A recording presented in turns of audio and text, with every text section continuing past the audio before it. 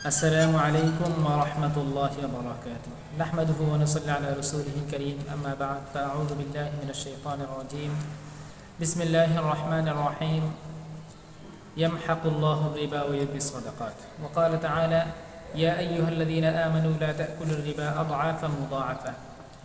সম্মানিত দর্শক ও শ্রোতা, যে যেখান থেকে শুনছেন আপনাদের সকলকে অভিনন্দন জানাচ্ছি। আজকে বিশেষ একটি প্রশ্নের উত্তর নিয়ে হাজির হয়েছি।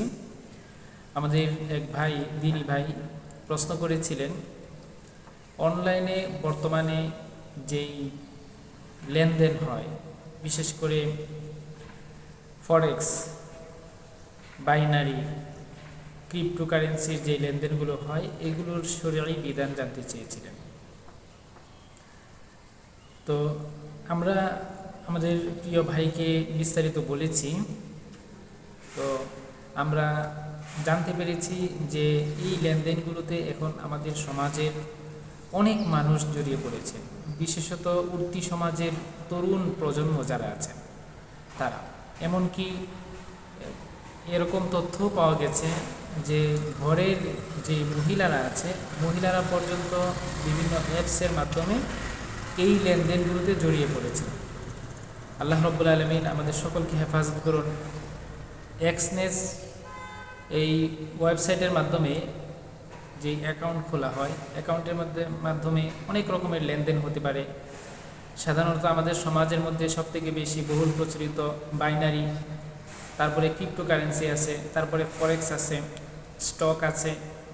এই জাতীয় যে লেনদেনগুলো আছে, স্টক ছাড়া ফরেক্স এবং বাইনারি, এগুলো হারাম লেনদেন, এগুলো অবৈধ লেনদেন, এগুলোর সাথে রিবার সম্পর্ক। বিস্তারিত বলতে গেলে তো অনেক কথাবার্তা, এবং এই বিষয়গুলো বুঝিয়ে বললে অনেক সময়ের প্রয়োজন। বাকি আমরা একেবারে সংক্ষিপ্ত আকারে বলছি যে কথাগুলো, সেটা হচ্ছে যে এখানে সবথেকে বড় বিষয় যেটি, সেটি হলো জুয়া। আমরা আগের সমাজের মধ্যে দেখতাম মানুষ বসে বসে জুয়া খেলত। 4 জন, 5 জন, 10 জন, 12 জন একসাথে বসে জুয়া খেলত।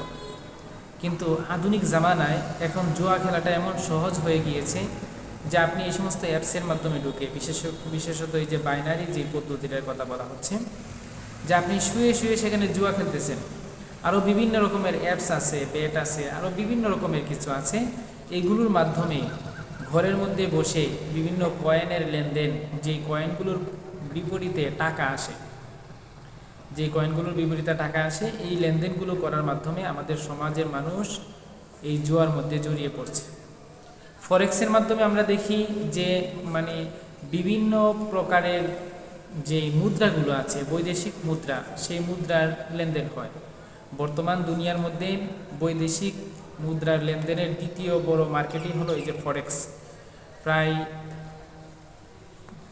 3 ট্রিলিয়নের উপরে প্রতিদিন লেনদেন হচ্ছে এই অ্যাপসটার মাধ্যমে। এখানে 2 রকমের লেনদেন হতে পারে। একটা হলো নগদ লেনদেন।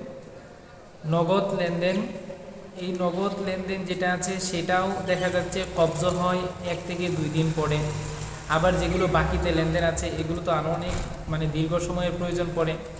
আমরা জানি উলামায়ে ইকরাম টাকা পয়সার লেনদেন, ভিন্ন মুদ্রার লেনদেনের ক্ষেত্রে কোনো একটাকে কবজ করা আবশ্যক করেছেন। এটাই হলো মুফতাবিহি কথা, ফতোয়ার কথা। তো সেই হিসেবে ফরেক্সের মাধ্যমে যেই লেনদেনগুলো হয়, এখানে দেখা যাচ্ছে একজন তার অ্যাকাউন্টের মধ্যে যে মুদ্রাগুলো আছে, কারেন্সি আছে, এটা লেনদেন করতেছে, কবজ করার আগেই তার যেই লেনদেন করলো, ওই লেনদেনের কারেন্সিটা রিসিভ করার আগে আবার আরেকজনের কাছে বিক্রি করে দিচ্ছে। ওই লেনদেনের মাধ্যমে যেই কারেন্সিটা সে অর্জন করেছে, সেটাও তার হাতে আসার আগেই সে আরেক জায়গায় বিক্রি করে দিচ্ছে। এখানে হাতে আসার দ্বারা আমরা বলতে চাচ্ছি, সেটা হলো, একটা হলো অ্যাকাউন্টের মধ্যে এসে জমা হওয়া, আর একটা হলো অ্যাকাউন্টের মধ্যে জমা হওয়ার পরে সেটা উত্তোলনযোগ্য হওয়া। যে ফরেক্সের মাধ্যমে লেনদেন করলে সেই কারেন্সিটা আপনার হস্তগত হতে 1-2 দিন সময় লাগে, যেটা তৎক্ষণাৎ স্পট সেল বলে। আর যেটা বাকিতে, ওইটা তো আরও অনেক লম্বা সময় যায়। আরেকটা বিষয় হচ্ছে, অনেকেই আছে সেখানে ডিপোজিট করে তারপরে লেনদেন করে। ডিপোজিট করে লেনদেন করলেও হারাম, আমি যেই 2টি পদ্ধতির কথা বললাম সেভাবে।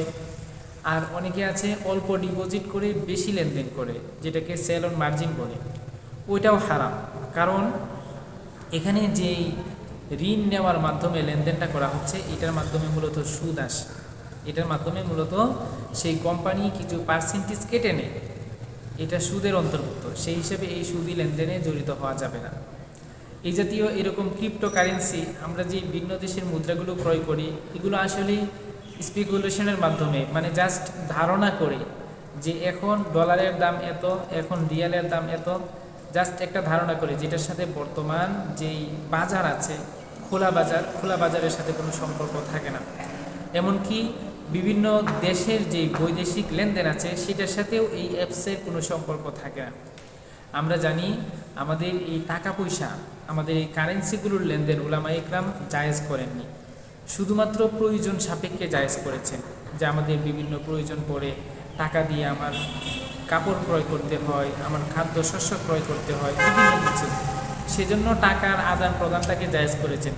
কিন্তু বর্তমানে এই ক্রিপ্টোকারেন্সির যেই লেনদেন, সেখানে আমরা দেখতে পাচ্ছি যে এখানে পণ্যটা মূল বিষয় নয়, এখানে কারেন্সিটাই মূল বিষয়, কারেন্সির বাজার হয়ে দাঁড়িয়েছে। তো সেজন্য এই বিষয়টা পুরো বিশ্বকে বর্তমানে অস্থিতিশীল করে রেখেছে। অনেক দেশের মধ্যে এই ক্রিপ্টোকারেন্সির লেনদেনটা অবৈধ, আমাদের দেশের মধ্যেও এই ক্রিপ্টোকারেন্সির লেনদেন অবৈধ। তো সম্মানিত দর্শক, আজকে আর লম্বা করে কিছু বলতে পারতেছি না, একেবারে গোছালো কিছু কথাবার্তা বললাম, যে মানে যেটা আসলে যেখান থেকে আমরা মূল বিষয়টা বুঝতে পারি। আরও বিস্তারিত জানার জন্য আমরা ইনশাল্লাহ সরাসরি সাক্ষাৎ করব, সাক্ষাতে ইনশাল্লাহ আমরা আরও বিস্তারিত জানতে পারবো। ইনশাল্লাহ আমাদের উলামায়ে ইকরাম এই বিষয়গুলো নিয়ে অনেক বিস্তারিত আলোচনা করেছেন, কোরআন হাদিস থেকে তারা এই বিষয়গুলো রিসার্চ করে আমাদের সামনে উপস্থাপন করেছেন। আমরা যেন হারাম থেকে বাঁচতে পারি। আল্লাহ রাব্বুল আলামিন আমাদের সকলকে হারাম থেকে বেছে হালাল পথে চলার মতো তৌফিক দান করুন। এই সমস্ত দুনিয়ার যে ধোঁকাবাজি, যে অল্প কয়েকদিনে আমি বিশাল সম্পদের ভাগিদার হয়ে যাব, যার মাধ্যমে আমি জাহান্নামের টিকিট পাবো, আল্লাহ রাব্বুল আলামিন এই জাহান্নামের পথ থেকে আমাদেরকে উদ্ধার করুন। আমরা আল্লাহ রাব্বুল আলামিনের পথে চলবো, অভাব আসবে, অনটন আসবে, কিন্তু তারপরেও এই হারামের মধ্যে জড়াবো না। আল্লাহ রাব্বুল আলামিন আমাদের সকলকে আমাদের দুনিয়া এবং আখিরাতের মধ্যে কামিয়াব করুন, সমস্ত রকমের হারাম থেকে আমাদেরকে বেঁচে থাকার মতো তৌফিক দান করুন। সকলেই ভালো থাকবেন, সুস্থ থাকবেন। আসসালামু আলাইকুম ওয়া রাহমাতুল্লাহি ওয়া বারাকাতুহু।